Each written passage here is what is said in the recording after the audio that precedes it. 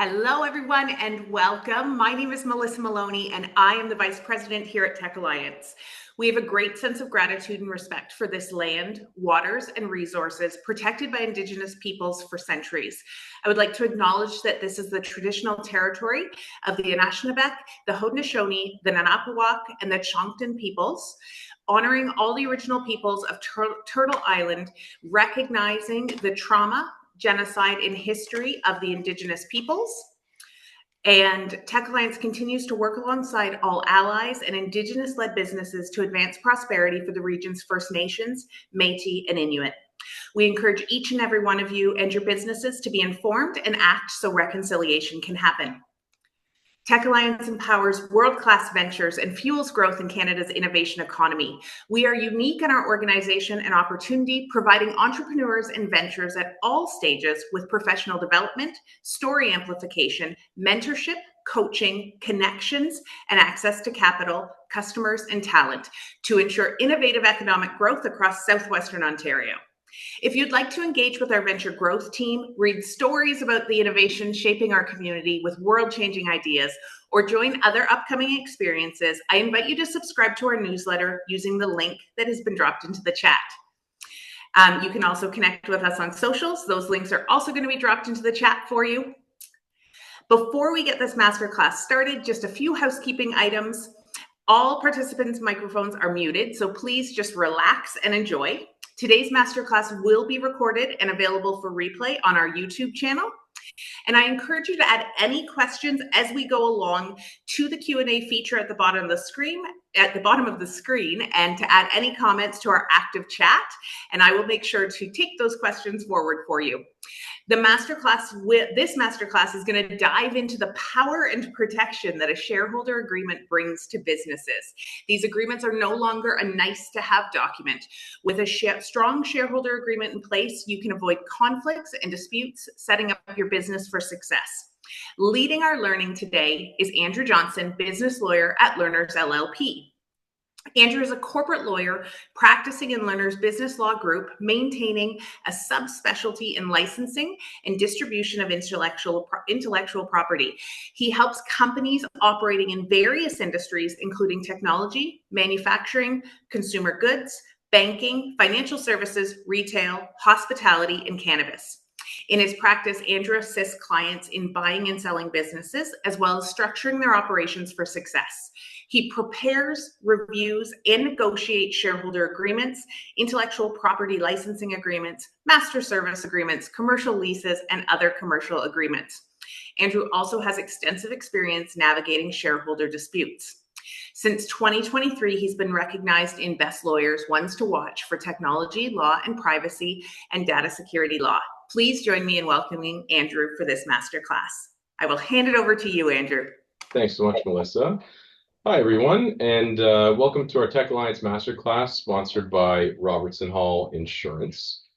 Today, we're going to be reviewing shareholders' agreements and why they are the cornerstone of business success. So I was going to cover a little bit about myself before we got started, but Melissa has done a fantastic job of doing that for us. So I'm a corporate commercial lawyer at Lerners in London. I assist businesses really of all industries and stages of growth with their legal needs, and we routinely help with incorporation and organization of companies, negotiation and drafting of shareholders' agreements, preparation and negotiation of contracts, buying and selling assets, shares, or business units, and assisting with financing and loan documentation. So as we get started here today, let's do a brief overview of what we're going to discuss and what we hope some of the key takeaways are going to be. So first, we're going to start with the basics. What exactly is a shareholders agreement? I'm going to explain what its purpose is, its legal foundations, and why it's a cornerstone of corporate governance. Next, we're going to explore why these agreements are essential to your business. I'll share some practical insights into the potential pitfalls businesses face without a shareholders agreement, from disputes to financial instability. Then we'll take a closer look at key provisions and clauses. These are the building blocks of a strong agreement, things like drag-along rights, shotgun clauses, and mechanisms for resolving disputes. To bring these concepts to life, I'll share some real-world examples and best practices, both success stories and some cautionary tales to highlight how these agreements can work in action. Finally, We'll wrap it up with some practical considerations in an open Q&A.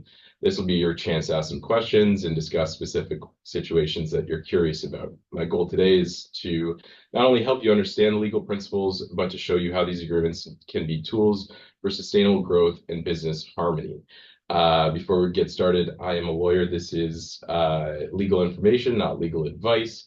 If you have specific questions in relation to your own business, please contact and retain legal counsel.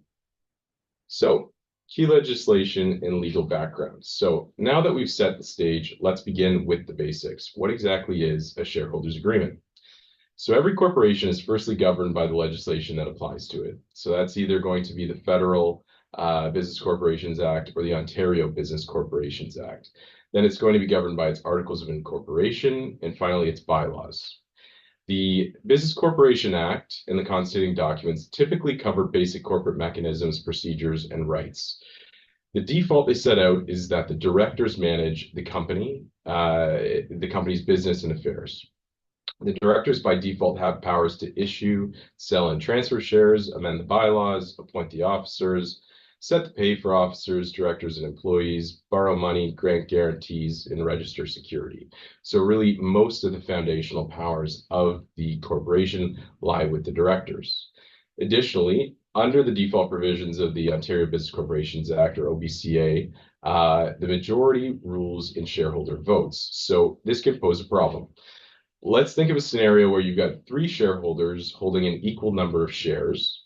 If 2 of those shareholders are aligned in a vision, they can elect the entire board of directors because they have the simple majority at the AGM, and they can steer the corporation to the exclusion of the 3rd shareholder. So in a closely held company, that's not optimal. Similarly, if there are only 2 shareholders with equal shares, a deadlock can occur on major decisions without a mechanism to resolve the stalemate except to go to court. So with this being the case, the shareholders often desire to agree to matters beyond the scope of the OBCA and their constituting documents. That's where the shareholders agreement comes in. They amend those default rules. So there are essentially 2 options for a shareholders agreement. There's a standard or general shareholders agreement, and there's a unanimous shareholders agreement. The standard or general shareholders agreement is of limited utility. Really what it is it functions just as a voting agreement between subsets of shareholders, but it doesn't bind all of the shareholders of the corporation. The unanimous shareholders agreement, or USA, is by far the most commonly used shareholders agreement, and it's the focus of the presentation we have today. So what exactly is the USA? We know that it is a legally binding contract between all of the shareholders of the corporation, but its primary purpose is to clearly define and manage the relationship between the shareholders, the corporation, the directors, and the officers of business. So what does it do? It removes certain powers from the directors that are default from the OBCA, and it puts them back in the hands of the shareholders. It overrides those OBCA default provisions. This allows shareholders to more equitably share in the direction of the business per their share of capital in the corporation, and it ensures the management of the business reflects its commercial reality. As a USA is a bespoke document, it can be tailored to reflect the manner in which the shareholders actually run the business instead of defaulting to the rules of the OBCA. So let's conceptualize this. Let's think of a USA as the instruction manual for a piece of complex machinery. Without it, you might be able to operate the business initially, but when something goes wrong or it needs maintenance, you will quickly realize how essential it is to have a guide that fleshes these things out. So another way to visualize this is that the articles, bylaws, and legislation form the skeleton of your business structure. It's formal, but it's broad. And a shareholders agreement adds the muscles and tendons and addresses real-world scenarios that articles or bylaws might not. It gives clarity on critical issues like decision-making, share ownership, and dispute resolution. In short, it's not just legal jargon, it's going to be a practical tool for ensuring that your business runs smoothly and your relationships with co-owners remain strong. So let's move on to why this agreement is essential for your specific business's success. So a question we receive often from business owners is, do I really need a shareholders agreement for my business? This is particularly common for small and newly incorporated businesses. Often shareholders are directly involved in the day-to-day operations and are frequently friends, family members, or longtime collaborators with one another. In the early stages, it's easy to think we've always been able to agree on these things. We will keep doing that. Putting everything in writing is unnecessary. It's maybe even distrustful of one another. A handshake agreement has always worked for us. Why do we need to complicate this? So while this sentiment is understandable, it can't be further from the truth. Formalizing your arrangement does not harm your relationship. And in my experience, a well-drafted USA does the opposite. It strengthens relationships and builds trust by providing clarity and security for all parties. And here's why. Uncertainty is inevitable. Every business is going to face unexpected challenges. These could be positive, like rapid growth. They could be negative, like financial setbacks or interpersonal disagreements. A USA encourages positive and proactive planning. So when you sit down with your lawyer to draft a USA, you're going to map out potential scenarios and decide how to handle them. This process is not only going to protect your business, but it's going to ensure that all of the shareholders are aligned in their goals and their expectations. So common in situations where a USA is an invaluable tool would include exit plans. So what happens if a shareholder wants to sell their shares and exit the business? What happens in an unexpected life event? So the death, disability, or incapacity of a key shareholder, who inherits their shares, and how does the business carry on? A USA is going to help spell this out. Divorce or family law claims. So what if a shareholder's spouse makes a claim on a stake of the business during a separation or divorce? Deadlocks and disputes. What happens if two shareholders with equal shareholdings can't agree on a critical decision? Without a USA, these situations can quickly spiral into conflict, and that will harm both the business and those personal relationships. The OBCA provides default rules for resolving disputes between shareholders, but these are neither efficient nor cost-effective. Litigation is expensive, and it's not uncommon for shareholder disputes to cost each party well into the six figures or more in legal fees. And this is regardless of the size of your particular business. These costs are going to apply whether your company is worth $10,000 or $10 or $50 million. Moreover, litigation is slow. Resolving disputes in court easily can take 5 years or longer right now. And during that time, your business is going to suffer from inaction or mismanagement. By contrast, your USA is going to allow you to define clear rules and processes to reduce chances of disputes, and it's going to establish efficient mechanisms like mediation or arbitration to resolve conflicts quickly and cost-effectively.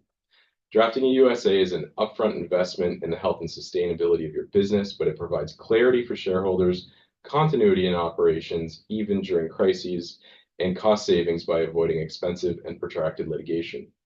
The result, your business is going to run smoother and your relationship with the co-owners will be better protected. While it might seem unnecessary now, a USA is less about preparing for conflict and more about fostering collaboration and security. The peace of mind it's going to offer you is going to pay dividends no matter the stage or size of your business. So now we're going to look at a number of the key provisions that are commonly contemplated in a USA. We're going to review what their purpose is in defining the management of the company and some practical examples of their utility. So we're going to begin with one of the most fundamental and foundational aspects of a unanimous shareholders agreement, governance. So when I say governance, I'm talking about the systems and rules that determine how your company is managed, how decisions are made, and how accountability is maintained. So this is critical for any business, whether it's a startup with 2 shareholders or a larger organization with dozens of stakeholders. One of the first areas a USA addresses is how directors will be elected. Why is this important? Because directors are going to still play a central role in the strategic management of the company. They're going to make the high-level decisions, approve major transactions, and oversee the overall direction of the business. The USA can specify for you which of the shareholders in your business are going to have the right to elect certain directors, how many directors are going to sit on the board, whether specific shareholders or groups of shareholders are going to have the right to appoint officers like the CEO, CFO, or other roles. This ensures that the governance structure is going to reflect the shareholders' intentions and ownership dynamics, helping to avoid confusion or disputes down the road. So as an example, let's imagine a company with 3 equal shareholders again. Without a clear agreement They may all expect to have equal input into board decisions. But what if one of those shareholders has more operational experience or has invested significantly more time into the business? Your USA can help to balance these dynamics by giving that shareholder the right to appoint the CEO or other key decision makers. Next, the USA gives structure to one of the most important mechanisms of governance, which is the board meeting. A well-drafted USA is going to set out clear rules for the frequency, how often those meetings should occur. For some businesses, you're going to want to have quarterly meetings. Others might require monthly or even weekly check-ins. The location of the meetings. Will the meetings be held in person? Will they be held virtually, or a combination of both? Notice and quorum. How much notice actually needs to be given for meetings? How many directors need to be present for decisions to be valid? These questions are open-ended and need to be tailored to your specific business needs. So this structure is going to ensure that the company is governed consistently and transparently. It's not just about ticking boxes. It's about creating a routine that keeps everyone aligned and accountable. Now, why is this important? Let's imagine a situation where critical decisions need to be made. Maybe a major contract is on the line. If there's no structure in place for calling and conducting a board meeting, delays or confusion could end up costing the company dearly. Another critical governance issue is the selection of accountants and auditors. For many shareholders, financial transparency is non-negotiable. They want to ensure that the company's financial records are accurate and that someone trustworthy is overseeing them. A USA can outline how accountants and auditors will be selected, giving shareholders confidence in the financial stewardship of the company. This is particularly important in situations where some shareholders are actively involved in the business, while others are just passive investors. They don't have access to the day-to-day information, and so this ensures that everyone has access to reliable financial information on your end. Lastly, the USA can establish a level of financial reporting required. So for smaller businesses, simple financial reviews might suffice, and they might be the most cost-effective way of doing business for you. But larger organizations or those with multiple shareholders or operating facilities that have obligations may require full audited financial statements to provide a higher level of assurance. So why does this matter? Because financial reporting isn't just about numbers, it's about trust. So when shareholders see transparent, reliable financial data, it reinforces their confidence in the company's leadership and decision-making. So as an example, let's say a shareholder is considering reinvesting some profits to expand the business. They're going to be much more likely to agree if they have clear, accurate financial statements showing the company is stable and has growth potential. So strong governance is the backbone of any successful business, and by setting clear rules and expectations around appointments, meetings, financial oversight, and reporting, a USA creates a culture of accountability, it reduces misunderstandings and potential conflicts, and it positions the company for sustainable growth. To close this out, governance isn't about bureaucracy or red tape. It's about creating a system that allows the company and its shareholders to thrive. With a USA, you're not just writing rules, you're building a framework for success.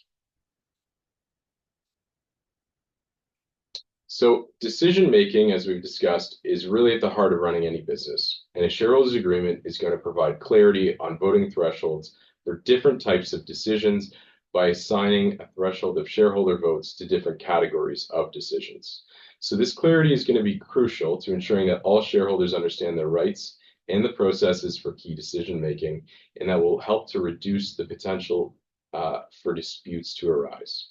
So let's start with the concept of unanimous consent. So unanimous voting thresholds require every shareholder to agree to a decision. So this ensures that the decision reflects the consent of all of the owners, and these thresholds are usually reserved for the most significant decisions affecting the structure or future of the business.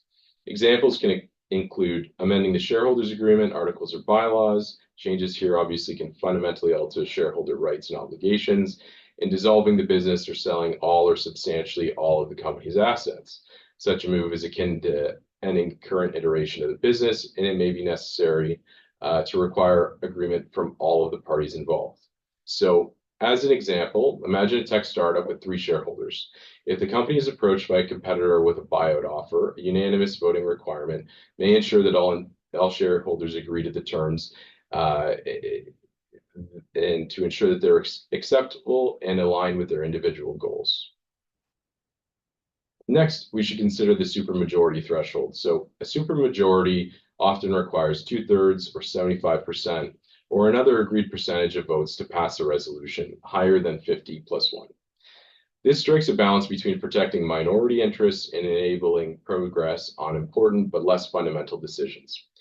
It's often used for issuing new shares, so this can obviously dilute existing ownership structure. A higher threshold is going to ensure broader consensus.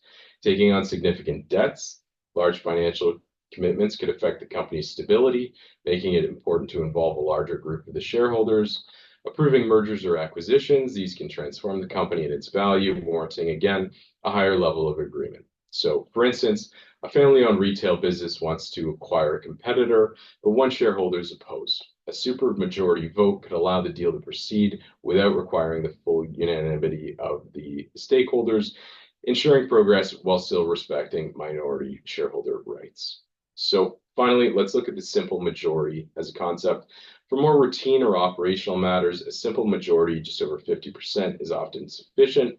These decisions typically relate to the day-to-day running of the business, like approving the annual budget, authorizing smaller financial expenditures like buying office equipment or minor marketing campaigns, and appointing or removing officers or managers. In cases where those rules don't require shareholder unanimity or a supermajority vote. So let's take, for example, a software development company needing to hire a new project manager to handle a major contract. A simple majority vote among shareholders would allow the business to act quickly and efficiently. These thresholds are essential for balancing efficiency with fairness. Requiring unanimous consent for every decision could lead to deadlocks. A minority shareholder could essentially block a critical expansion plan. On the other hand, a simple majority for major decisions could disenfranchise minority shareholders. By setting thoughtful thresholds, a shareholders' agreement ensures the company can move forward while protecting the interests of all parties.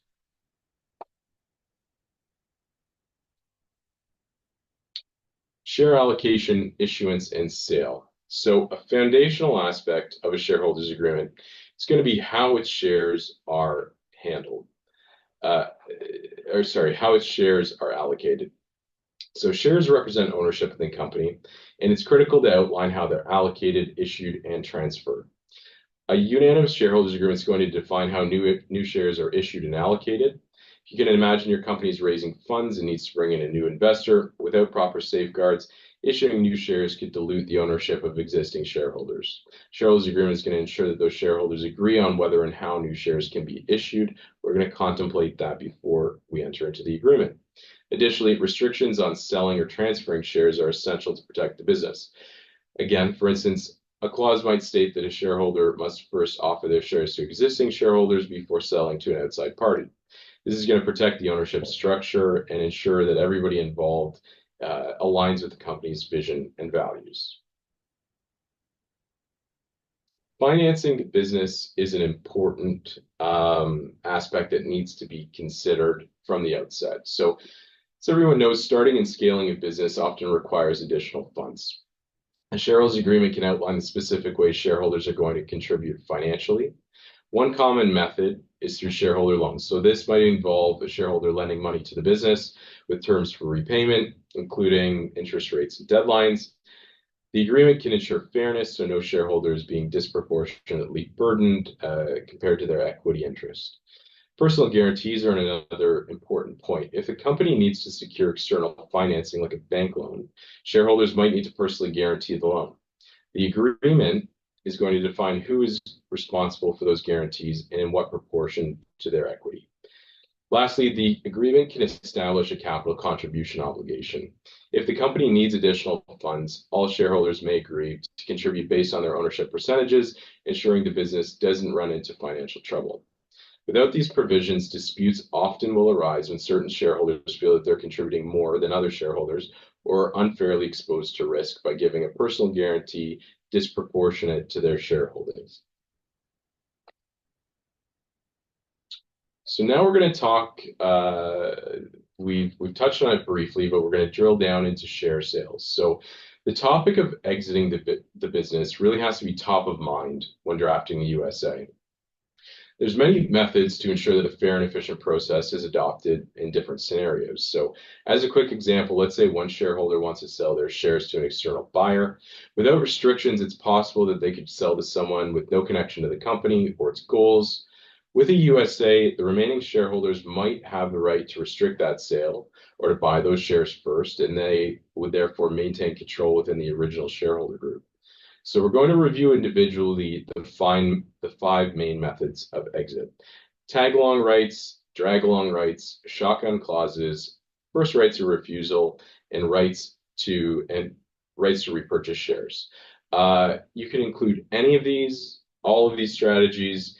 It's a bespoke document, and so you are able to pick and choose what you think is most relevant to your scenario.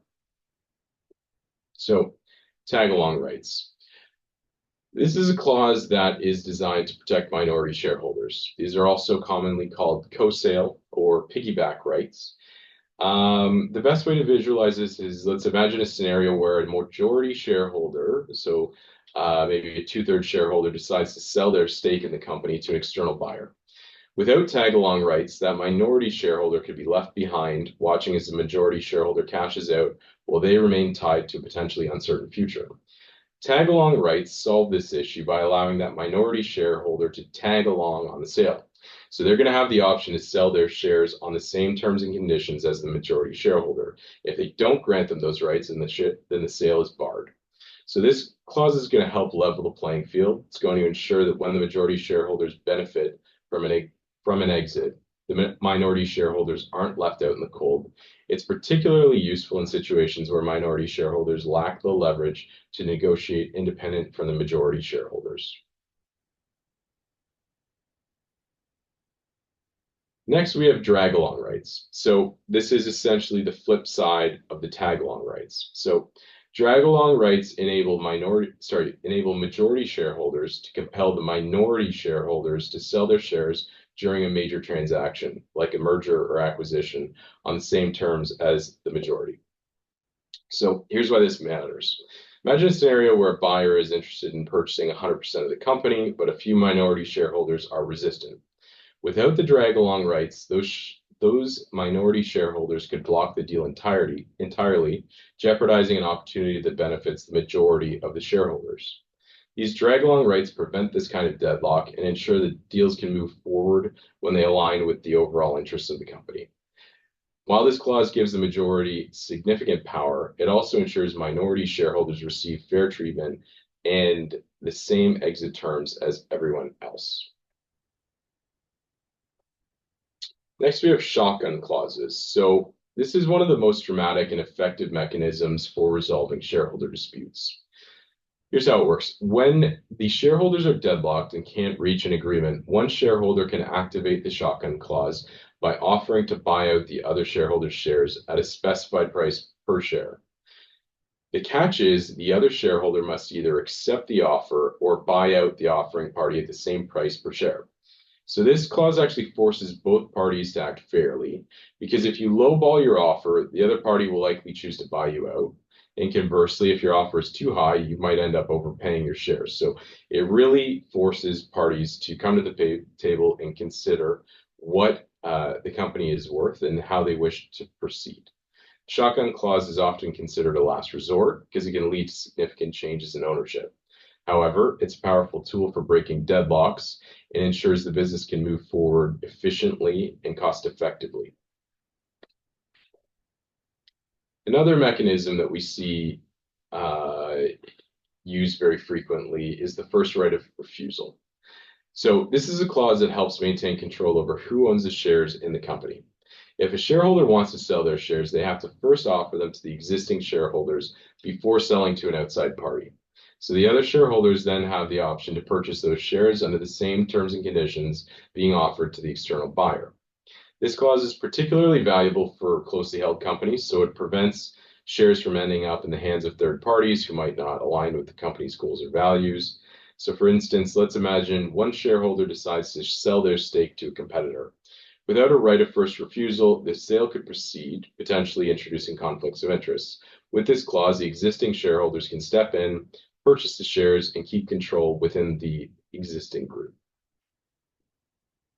Finally, we have the right to repurchase. So this is where we contemplate either bad actors or people who are in default of their obligations under the unanimous shareholders agreement. So things happen, shareholders can die, they can get divorced, they can go bankrupt personally. Commonly, we see that they decide to leave active service of the business but want to continue to cash dividends. Within your USA, you can set out obligations of each of the shareholders, things like full-time and attention provisions. So if someone wishes to cease employment with the corporation, it can trigger a right to repurchase those shares by the other shareholders. Similarly, if someone dies, you can plan what that exit looks like. Do the shareholders agree that those shares should end up with their estate, with a particular individual, or does it give a blanket right to repurchase those shares to the other existing shareholders? These things need to be considered at the outset, and it essentially lists out a number of rules that allow for the good management of the company.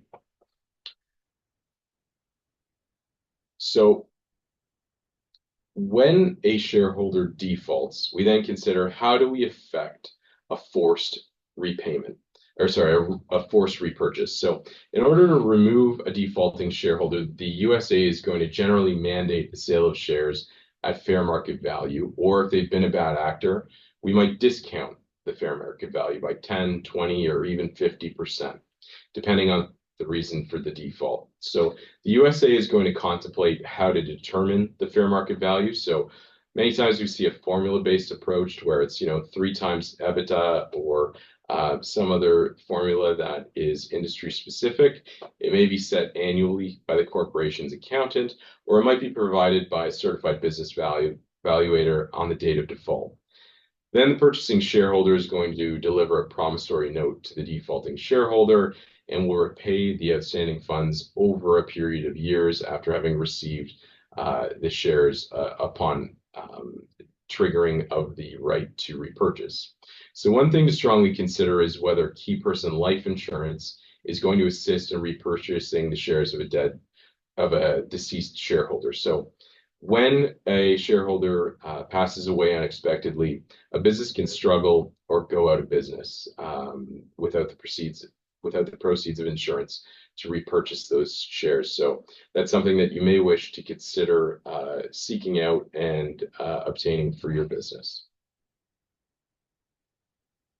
A really important thing to consider, and perhaps one of the most important parts of your USA, is consideration of dispute resolution. So disputes between shareholders are inevitable in many businesses, but how those disputes are resolved is going to can make all of the difference. So including arbitration and mediation provisions in your USA can provide an efficient and structured way to address conflicts without derailing the business. So first of all, we often consider a two-step process. We consider mediation as the first step, which encourages the parties to work collaboratively to resolve issues with the help of a neutral third party. This approach is obviously less adversarial, promotes preserving the relationship among the shareholders while minimizing the costs, and is very time efficient. If the mediation fails, the dispute can escalate to arbitration. Arbitration is going to provide a binding resolution, but with more flexibility and efficiency compared to going to court. As I mentioned, to get to a final resolution in court right now can take upward of 5 years. A well-drafted arbitration provision can bring this down to 6 months or less, depending on the complexity of the issue. So you should know that arbitration provisions need to be carefully reviewed and well-drafted. Poorly written clauses can lead to confusion. They can be unenforceable. They can create additional side disputes that take what is a minor dispute and turn it into a major one. Some key points to address are timelines. So how quickly does the arbitration have to begin after mediation fails or the dispute arises? Setting these deadlines helps to ensure that the disputes are resolved without unnecessary delays. How many arbitrators are you going to use? Is it going to be a single arbitrator? Is it going to be a panel of 3? Single arbitrator is going to be faster and less expensive. A panel may offer broader perspectives, but can take longer and cost, 3 times the price of using a single arbitrator. Additionally, can the arbitrators award costs? If there's one bad actor, can the arbitrator award legal costs or arbitrator costs? Additionally, appeal rights. Will the arbitration decision be final, or will the parties retain the right to appeal? Clear rules here are going to help to manage expectations, really get conflicts into focus, and helping to move disputes along to resolution. So finally, we need to weigh cost versus time. So mediation and arbitration can be faster and less costly than litigation. But at the same time, arbitration still involves fees. The arbitrator is not free, and you will need to pay for arbitration costs and legal costs. However, the time saved by avoiding prolonged court battles often makes arbitration a worthwhile investment. So by incorporating well thought out arbitration and mediation provisions, you provide your business with a roadmap to efficiently resolve disputes and help save time, money, and your relationships in the long run. So to recap here, we've reviewed a lot of information. I hope you have a better understanding of the legal grounding of shareholders agreements and a grasp on the concepts and key provisions you need to consider when negotiating a USA. The key message with respect to shareholders agreements is that inefficient conflict can kill otherwise solid companies. USAs work extremely well for their intended purpose, which is to give structure to your business and to resolve disputes efficiently or before they even happen. We see people who have put off the finalization of their USA almost on a weekly basis, and they suffer the consequences of interpersonal breakdowns. And without a USA, there is no simple or efficient resolution for them. They are at the mercy of the courts. So, great quote by Benjamin Franklin: by failing to plan, we plan to fail. A USA is one of the best forms of insurance that you can buy to protect your business. If you have more than one shareholder, having a well-drafted USA isn't a nice to have, it is essential. Without it, you're leaving your business exposed to potential conflicts that could jeopardize everything you've built. We've seen profitable businesses fall apart over minor disagreements or unforeseen situations that would have been avoided with a clear and practical USA that's tailored to the realities of their business. This is your business's internal governance roadmap, and it guides you and your shareholders through challenges while protecting the business from disputes that can destroy even the most successful ventures. So if you don't have a USA in place, it's time to get one. It's not just planning, it's for protecting your future. So my concluding thoughts: you need to make sure you have the right professionals guiding your business when drafting and negotiating your USA. Working with an experienced team that handles these agreements regularly is going to ensure that potential issues are identified and addressed early, and that you are going to be able to have a USA that is tailored to your needs, your business's needs, and your industry's needs. There are specific legal requirements that need to be addressed and need to be reflected in your USA for it to be enforceable. Retaining a skilled corporate commercial lawyer is essential to ensure that your agreement meets these standards and protects your business interests. Now, the good news is these services, the drafting of a USA, is typically really reasonably priced. And investing in the right legal counsel can save your business significant time, money, and headaches in the future. So I have my contact details provided here, and I am happy to take any questions anyone might have. Awesome. Thank you, Andrew. Lots of thought-provoking and I'm sure potentially even triggering thoughts for some people on the call. You've given us a ton to think about, and we do have time for questions. So we can open up the Q&A, and if you do put something in the Q&A, I can ask that question anonymously for you, given the context of some of the stuff today. In the interim, while we give people a couple minutes to enter in any questions, I can start out with a couple. So when we think about the shareholder agreement, how should a shareholder agreement handle situations where one party wants to exit or sell their shares? Or we could even say, or the other parties want one person to exit and sell their shares. Sorry, can you? Yeah. So how should a shareholder agreement, or how would we handle a situation where one party wants to exit or sell their shares? Right. So there's a number of different ways to consider that scenario. So it's really going to depend upon the industry, as well as how many shareholders you have, what the initial investment looks like, what the company is worth. Can the other shareholders afford to repurchase? Um, uh, you would put provisions in there, perhaps shotgun clause can assist in effecting a share sale. Like we said, if other shareholders want a particular shareholder to leave the business, they can potentially effect a forced sale if it's considered in the USA.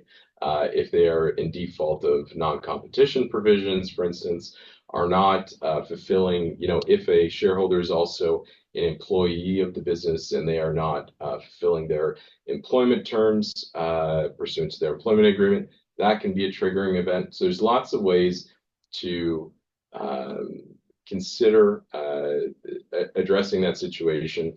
But you need to have a USA to do it because otherwise your hands are tied and there's nothing that can be done if you don't have a USA. You'd have to take it to court.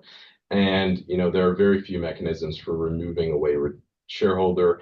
Oftentimes we see a request that that an order be issued to dissolve the company. Okay. Thank you. We have questions coming in, Andrew. Great. So the next question that we have is, what options would you recommend for decision making when there are two equal shareholders or directors of a company?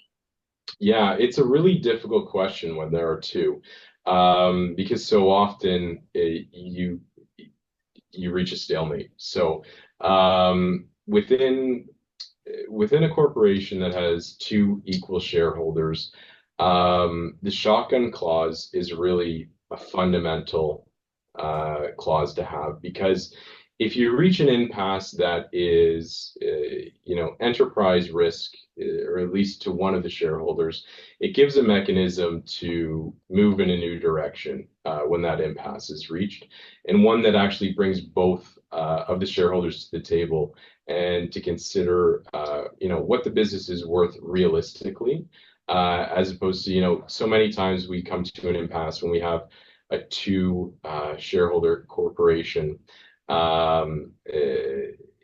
equal shareholders, and they have very, very differing opinions on what the business is actually worth.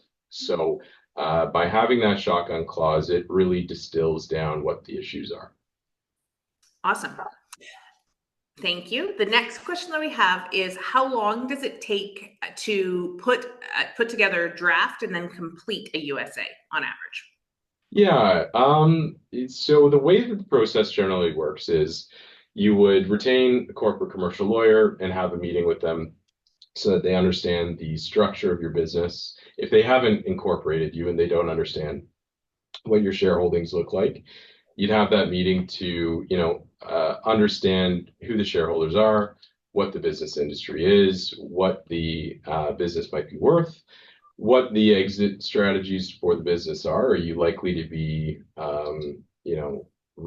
purchased by a competitor, by venture capital, or is this a business that you want to remain amongst family? Get those ideas of what the goals are for the business, and then probably a couple of weeks would be a reasonable timeline for a first draft. You'd put in, you'd be over inclusive in terms of what they might consider, and then you start deleting things to ensure that it gets tailored down to what exactly the shareholders are looking for. And that refining process is really, it's two-way. So it takes as long as it needs, but it hopefully takes, another week or two in an ideal scenario. Awesome. Thank you. Andrew, when we think about partnership agreements, how do those sort of work with a shareholder agreement? Yeah, so a partnership agreement is a different business structure than a corporation. So you're going to see many, many similarities between the two documents because a partnership is comprised of two partners.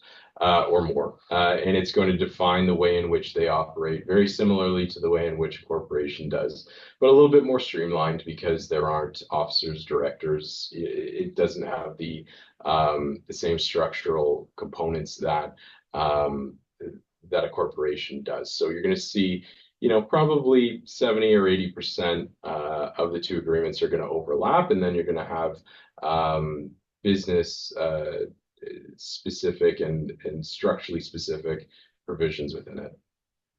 Thank you. Our next question is, in your experience, what are some of the most common disputes that arise from shareholder agreements? Great question. The one that we see most often in terms of disputes, at least lately, is that they are closely held companies where most, if not all, of the shareholders are actively working within the company. And someone decides that they're no longer interested, stops pulling their weight, starts spending money on things that the other shareholders don't agree to or are otherwise violating the provisions of the shareholders agreement. When that occurs, there's two situations. If that occurs without a shareholders agreement, your options are extremely limited. You have to effectively make an offer to your business partner to buy them out of the business. If they reject it, that's where the breakdown often happens. So you make an offer to buy out one of the shareholders in your business. They have a vastly different idea of what it's worth from what you do. And now you are at a stalemate. You've got an individual who owns half or maybe a third of the company, doesn't want to work in it anymore, but wants to receive dividends on a basis pro rata to their equity holdings while you're working full time in the business. So big breakdown there. And then the question is what to do with this business if we can't afford to buy them out. That's why we have these provisions within the USA to streamline those disputes. So maybe the individual is in violation of the shareholders agreement. They've abandoned their employment, and maybe their shares are now worth 80% of fair market value, and you can enforce the mechanism for repurchase. If you don't have that, maybe you have a shotgun clause, and you can make them an offer that's either take it or take me out at the same price. Awesome, thank you. From a legal compliance standpoint, should shareholder agreements be reviewed and updated? Yeah, I think that they should be. I don't know that there is a timeline that we would suggest that they be reviewed on. I don't know that it has to be every 5 years, but anytime that a major event happens within the corporation. So are you taking on, new partners or new shareholders? Are you changing the direction of the business? Maybe someone is contemplating marriage or is going through divorce. Things like that can all be revisited. And, maybe, things that are very often reviewed are, whether the level of your financial statements still hold what you need. So as you grow, maybe you require financial statements of a higher quality than what you initially set out. Maybe your industry, the fair market value calculation has changed over time. So those things should be revisited to make sure that you're back up to market standard for your industry. Thank you. Questions are coming in hot. Is the business obligated to buy back shares upon a shareholder request? Too broad of a question. Okay. It depends.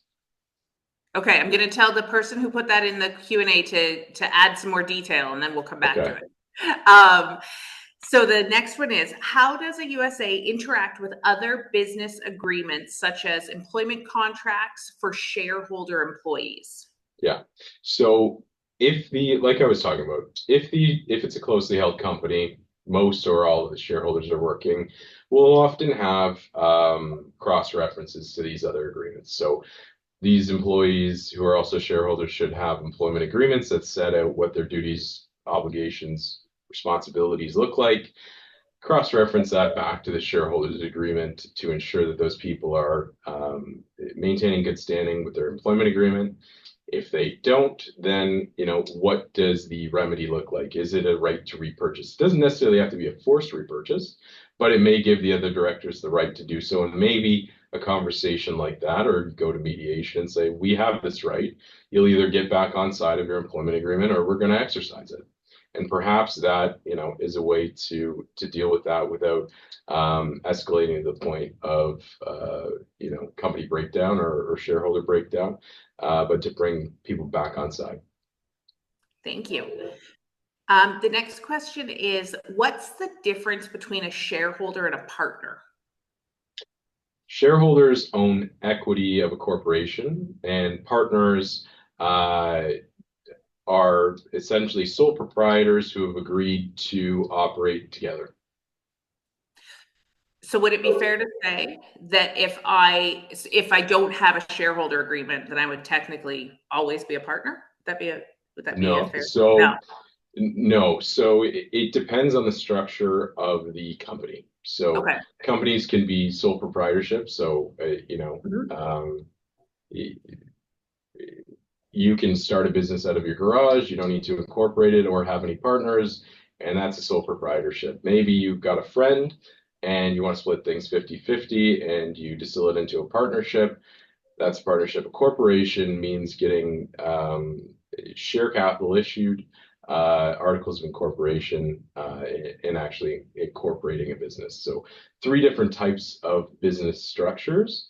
A sole proprietorship, you can operate as you wish because it's just you. Partnership, it has its own specific legislative obligations, but many people who are in a partnership wish to distill their obligations down to a partnership agreement, and then corporation, the most complicated of the 3, and bounded by OBCA, and then, like we've been talking about, very good idea to bolster that is to have a unanimous shareholders agreement. Thank you. The next question. In what case would you recommend options versus shares for the initial/critical employees? Well, it's going to depend on industry. It's going to depend on types of shares and the authorized share capital. And oftentimes an employee stock option plan is going to interact with the shareholders agreement. So most times stocks are not, options are not going to be voting shares.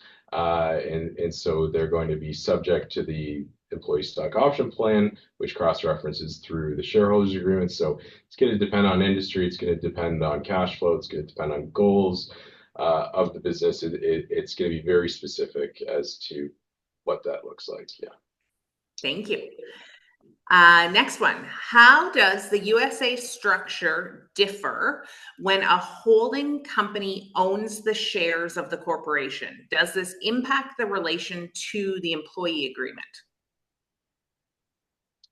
I feel like those are 2 separate questions. I think I understand the question. So yeah. If you have, okay, so let's say that you've got a corporation that is, for the sake of simplicity, 50-50 to shareholders, but those shareholders are holding companies instead of individuals. But the principal of each of the 2 holding companies are involved in our employees as well. So in that case, you would reference the principal of the holding company in the shareholders agreement in addition to the holding company itself, and you could cross-reference the principal's employment contract as a trigger for the repurchase of shares of the other holding company. Okay, thank you. That makes sense. Yeah. I don't have clarification on that one question, so I'm going to just take a run at it. Okay. And see how I do. I could be totally wrong though, Andrew. So the question that was asked was, is the business obligated to buy back shares upon a shareholder request? So my assumption would be, let's pretend we've got 2 shareholders and one says, I want to sell. Does the business have to buy those shares, or what might happen in that situation? So it depends on the type of shares. Okay. It depends on whether there is a shareholders agreement. So some shares are, by their nature, by the articles, redeemable and retractable. So If you have redeemable shares, you can choose to force the corporation to repurchase some of your shares. It depends upon the article. Contact a lawyer if you have this question, because it needs specific tailored advice to the situation on the ground. It's what I mean when I say it's too broad. There are too many possibilities that impact the answer. Okay. The next one that we have is, when raising capital from investors, do investors typically get preferred shares? It's a layered question. How do these shares differ from common shares, and should investors get these rights solely? Well, all shareholders are investors in the business. So it's going to depend upon it's going to depend upon like your industry, what your goals are, whether you have most corporations, when they are set up, don't have preference shares authorized as capital. So you'd have to have made specific provision for that or amend your articles to provide preferred shares. You need to work with your accountant and your lawyer to effect that. And then it's a negotiation. It depends upon what you're willing to give up for the equity inject or for the cash injection that they're willing to offer. So many different options. It's going to depend. It's going to depend. Yeah. Andrew, do you feel Unfortunately, like it's the that's your lawyer answer. answer? It's going Yeah, to depend. it's going to depend. Awesome. Okay, we are going to wrap up the questions there.